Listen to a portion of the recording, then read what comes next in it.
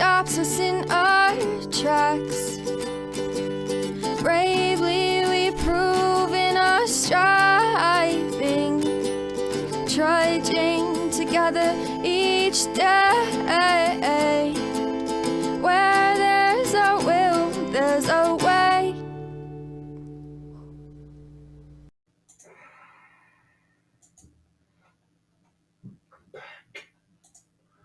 Back. I'm not sharing this out too much.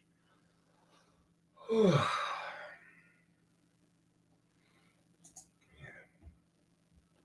a crazy world. You know, there's so much going on. It can be hard to figure out like where you belong. You know, what am I striving for? Am I striving for joy in my life? Is happiness the goal? You know, there's a lot of things to discover. And I have found that when I push life, it's a lot harder. It's a lot harder. You know, we meet other people and they come and go. And, you know, it can be tough in AA because we get to know people, right? And then they disappear. One day they're gone. And sometimes it's out of anger. Sometimes it's out of jealousy. But I can tell you now, it never really has to do with you. Hey, Michelle. Good to see you. Yeah, and I talk a lot about how time doesn't really matter, but in another sense, it matters a lot. So we're going to talk about the important things of time in this one. God gave me this one. Thank you, God. This was going to be on jealousy. That didn't quite fit. Welcome to Daily Trudge. Time. Can't do time. Can't do it. It's my impression of Cartman. That's my chicken pie, kitty. That is my chicken pie. You will respect my authority. All right. Authority. So, and no, I will not go to Casa Bonita. I've been to Casa Bonita. It's not really that big of a fucking deal. Maybe one day. Maybe one day. So,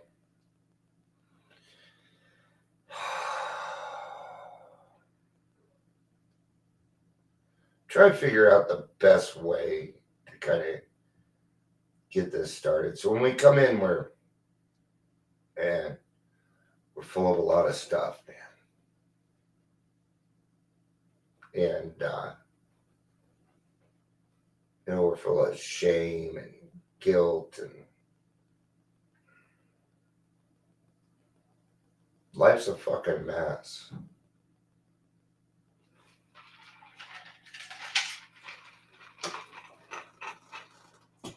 We're over emotional.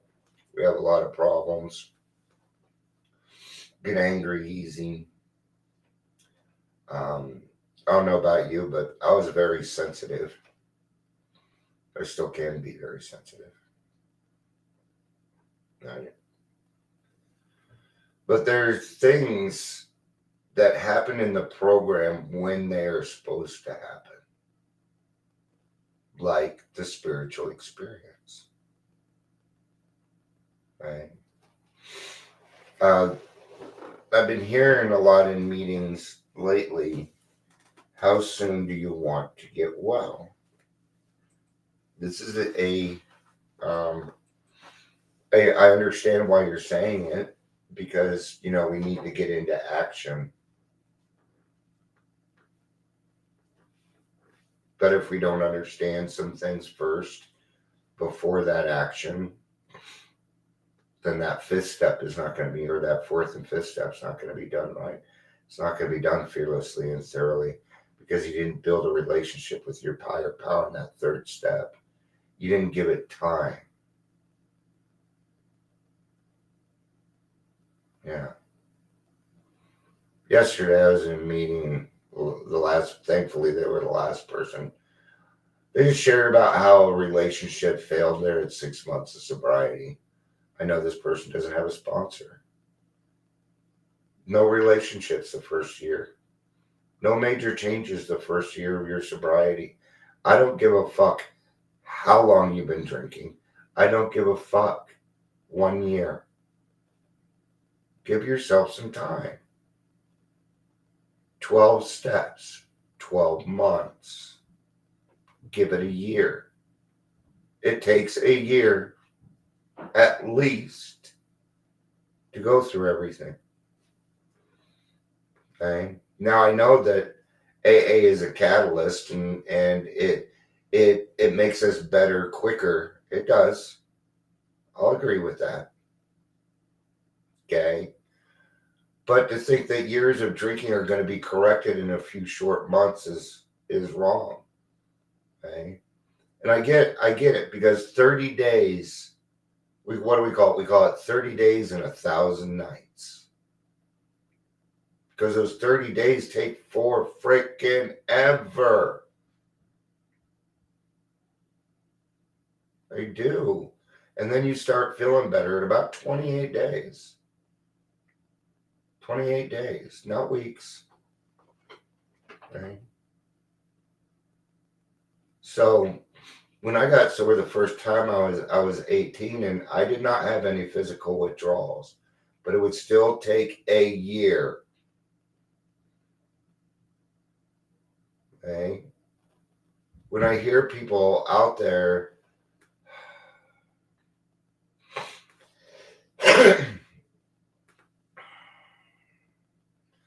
you can't transmit something you do not have.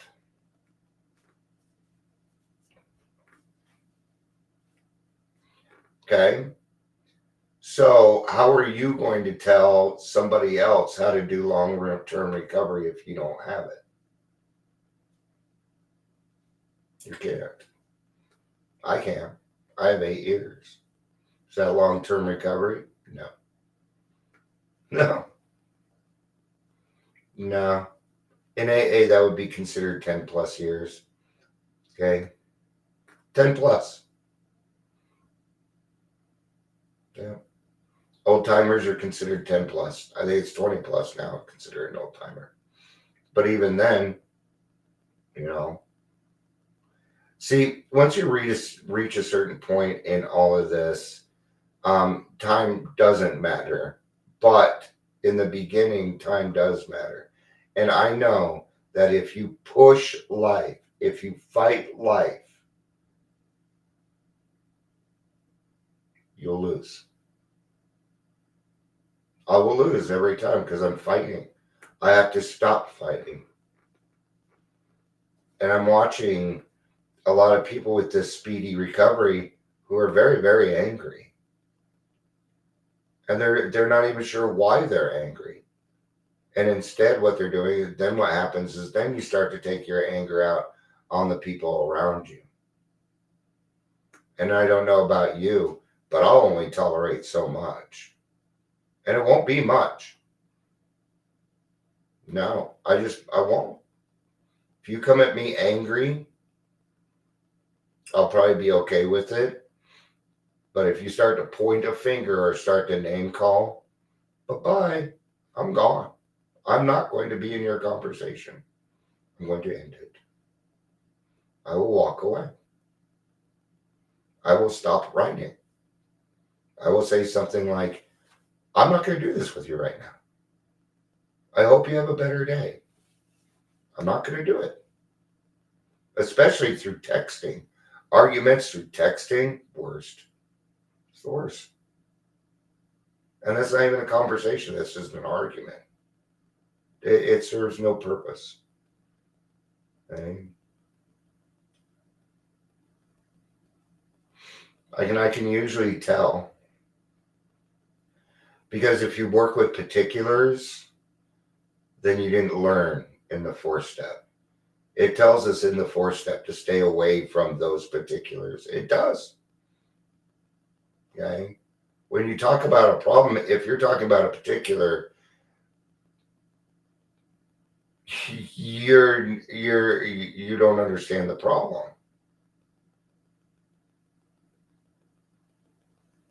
Yeah, what? It's true.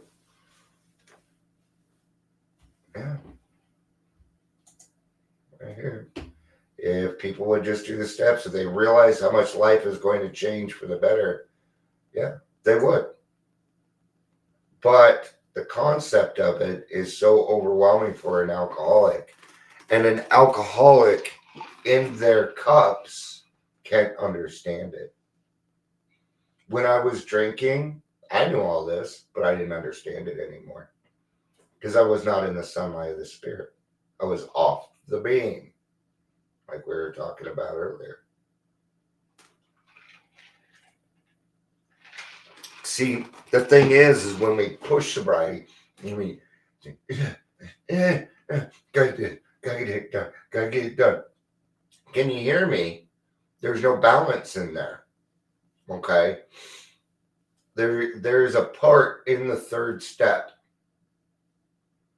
Okay? Now I know in the 12 by 12 it says that 6th step separates the men from the boys. But the 3rd step separates the people that are actually going to do the work. The 3rd step has got to be done correctly. Or none of it will work. It says it.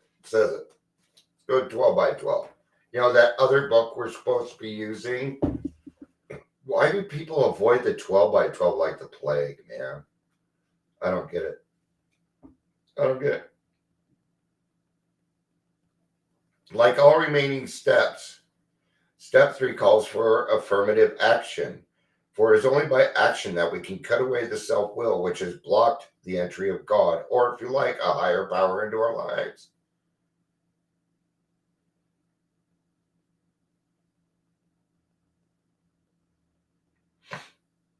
Faith, to be sure, is necessary, but faith alone can avail nothing. We can have faith, yet keep God out of our lives. Therefore, our problem becomes just how and by what specific means shall we let him in? Step 3 represents the first attempt to do this. In fact, the effectiveness of the entire program, of the whole program, will rest upon how well and earnestly we have tried to come to a decision to turn our will and our lives over to the care of God as we understood him. There it is. If it is not done everything wholeheartedly, earnestly, then it won't work. Okay? When I do the 3rd step with my sponsees, I do it with them, and it never takes effect. It never happens right then and there, ever. For me, it's never happened that way. But usually within a week to 2 weeks, something clicks. Because I tell them, now you need to say the 3rd step prayer every day. Soon, something, like the next time I talk to them, they may come back and say, you know what? I had a great week. And this happened, and that happened, and pink cloud, pink cloud, pink cloud, pink cloud. We have hit a spiritual experience.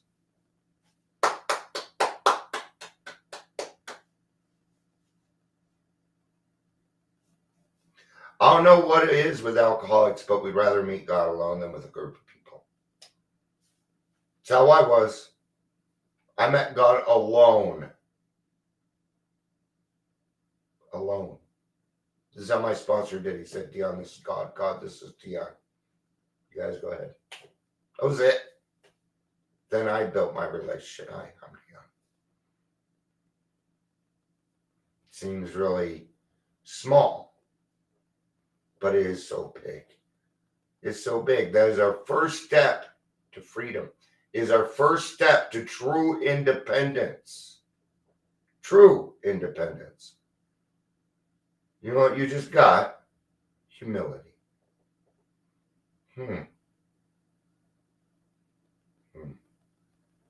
Why do we need a little bit of time? Somebody that's on their third step at 2 weeks still shaking ain't gonna get it. It says in the big book that a man ought to be freed of his physical condition first. That takes about 28 days. Yeah. I never start. If somebody just sobered up, I have not started the steps yet. It's going to be a few weeks before I start the steps with them because they ain't going to understand it. They ain't going to get it. Okay? Now, that's not true of everybody. I meet people where they're at. Some people can get it that quick. But somebody like me, it took me months before I could even fucking hear what you were saying, Amy. I couldn't hear you. Not with the water in my ears. Seriously, it was like whoosh, whoosh, whoosh, whoosh. All the time, and the sweating and the shaking. I couldn't hear you.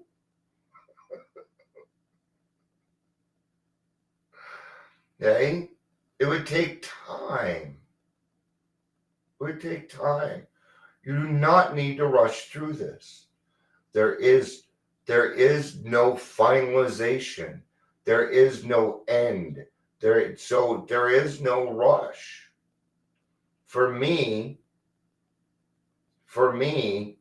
I like the slower pace. I don't mind it. Why? Because in the first 3 steps, I learned something. And it was called delayed gratification. Giving time. Sometimes I have to wait. I've been waiting 3 years for a detox. I got to give time, man. Okay? This is the thing. Things don't happen in my time. Period. It's just not how it works. It happens in God's time. Period. Whether you want to accept it or not does not fucking matter. But that acceptance will change your attitude. You can plan the plan, just don't plan the results, man.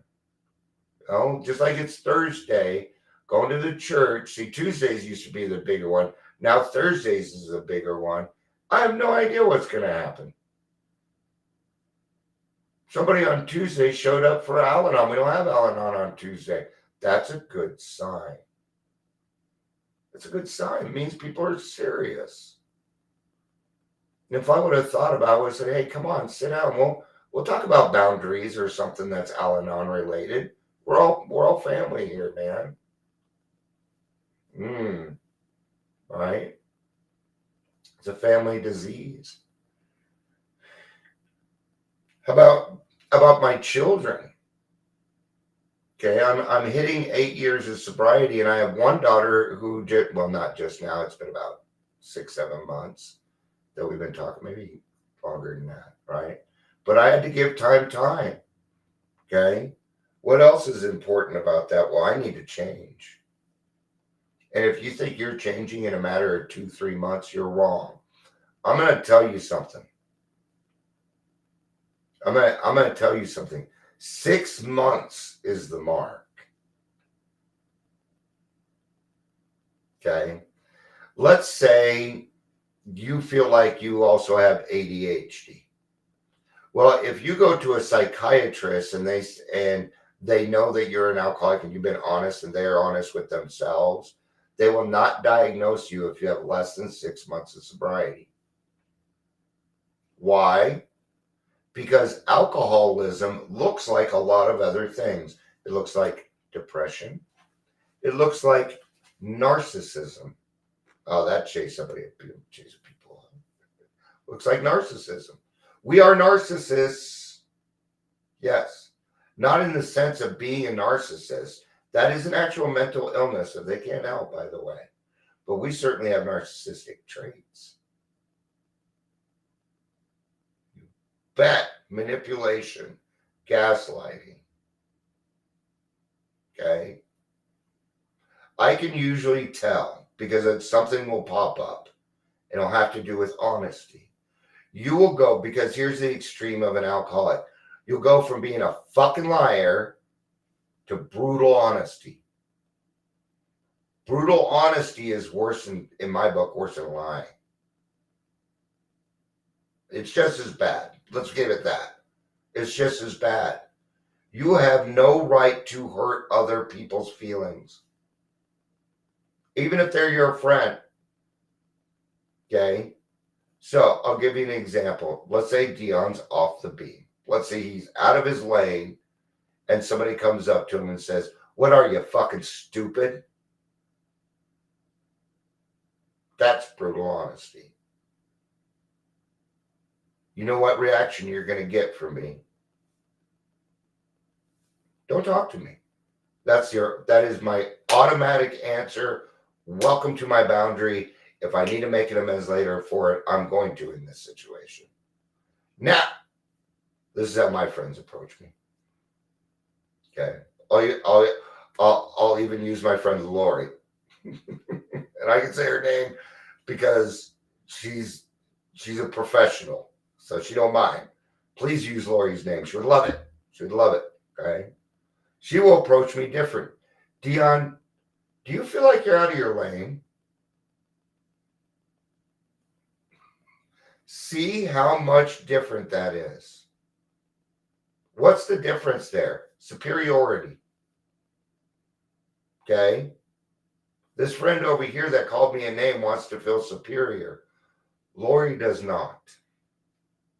She doesn't need to feel superior because God's already given her gifts. God's already given the gift. What's the other great thing about giving time? You're free to be you. You are finally free to do what it is that you want to do, which is be a better person in life. I already know that. You want to be a better person in life. I'm alcoholic. We're fighting. We're much better people than that. We know that. Okay? We're not bad people. We're sick. We're ill. We are mentally ill, which sucks, but it's the truth. It's the truth. And once you know the truth, you can do something about it. So relax. Take it easy. The hoop you have to jump through is very, very big. Okay? It's huge. You can't miss it. Okay? So just take little baby steps, one at a time. Okay? I think the spiritual experience would be a great way to kind of end with this because it's the same thing. Sure, I want to get closer to God. Sure, I want to feel better now. But remember, happiness isn't the goal. Happiness is a dividend for doing the goal. Okay?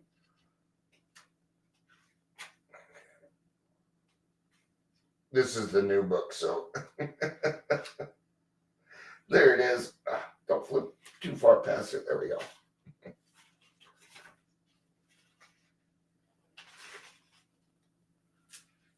I always like the sound of crack. Always liked books.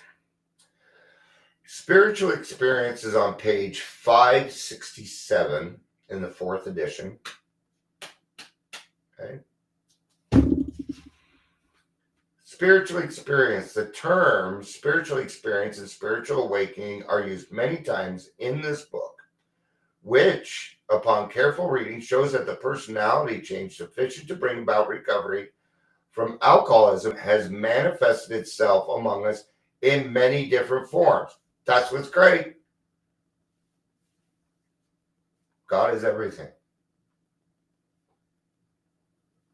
Therefore, God God can be anything as long as it's bigger than you. We got to be serious about this, okay? Yes, it is true that in our first printing, many readers the impression that these personality changes or religious experience must be in the nature of sudden and spectacular upheavals. Happily for everyone, this conclusion is erroneous. In the first few chapters, a number of sudden revolutionary changes are described. Though it was not our intention to create such an impression, many alcoholics have nevertheless concluded that in order to recover, they must acquire for an immediate and overwhelming God consciousness, followed at once by a vast change in feeling and outlook. God, no thank you. No. That sounds so fucking uncomfortable. I wouldn't be able to handle it. Right? Thank God for the educational variety. That's most of us. Among our rapidly growing membership of thousands of alcoholics, such transformations, though frequent, are by no means the rule. Most of our experiences are what the psychologist William James calls the educational variety, because they develop slowly over a period of time. Quite often, the friend of the newcomer are aware of the difference long before he is himself. Yeah. This is where I like to bring up, if you see good changes in other people, say something. Just say something. It's because they don't know it yet. We call this encouragement. Hey, your eyes are starting to shine. Hey, you're looking good, man. You look a lot better. It's true. May the circles under their eyes are starting to go away. I notice you smile more. Just these little things. I notice that you fill in the blank with a compliment or something nice. Let them know they're changing. And then they're going to go, oh, I am. And then you get to watch them hit their pink cloud. See what you just did? We call that hope. Right? Give encouraging words at all times. When someone is down, I can see that this is going on. You know what? A month ago, you wouldn't have handled it like this. So good job. I know you're going through it, but I can see the change. So this is good stuff. Then, see, what does that feel like? Oh, this person's got my back. They understand what I'm going through. And they're like, no, let people know what you're going through. I know it sucks right now, but it's normal. It's what we're supposed to go through. So you're on the right track. Good news. Good news. See? Okay? I like to keep that cup half full, man. I'm an optimist. He finally realizes he has undergone a profound alteration in his reaction to life. Nothing about alcohol there. To life. We're not reacting to life anymore. We're taking those 2 to 4 seconds to stop and think about what's actually happening. That such a change could hardly have been brought about by himself alone.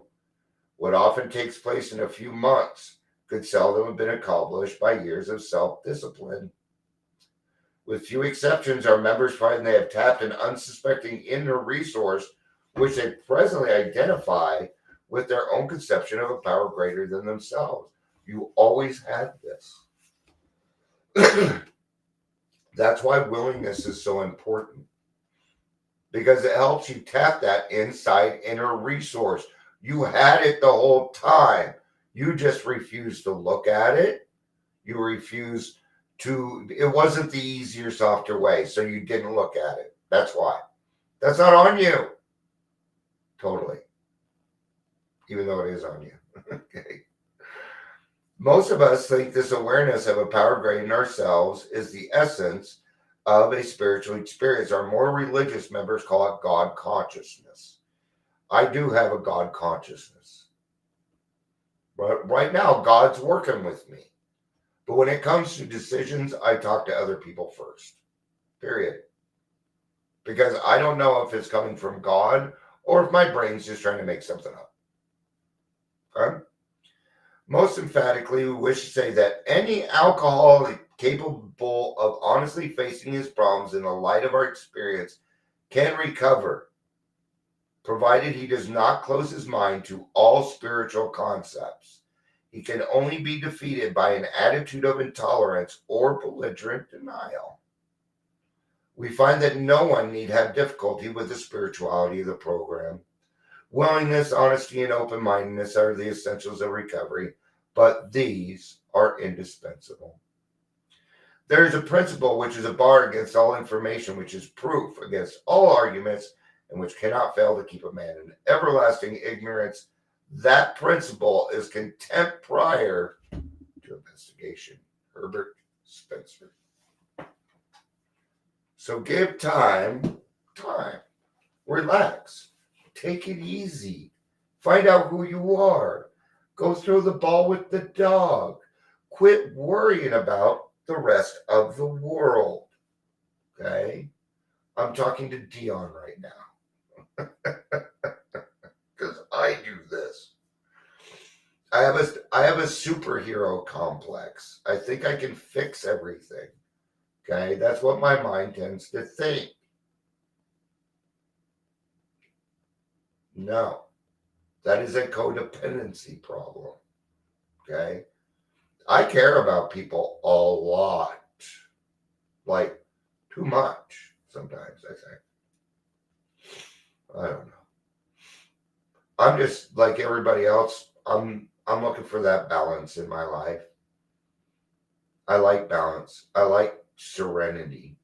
Because when I'm serene, that's when everything comes easy. It comes so easy when I'm serene. So, all right. Thank you, everybody, for being here. That person being Michelle. It's all right. And it may be the Michelle and Dion show for the next few years. This continues to help people. So, Michelle's one of the people that talks with me now. But what I have noticed is that I tend to attract people that are shy. I tend to attract introverts. And then you become more comfortable with me, and then you start talking, and then you start getting well. And when you do that, I'm very proud of you because it's not easy to do. I know. So good fucking job. Seriously. I love you all, especially Michelle. I love y'all. Peace out and have a day.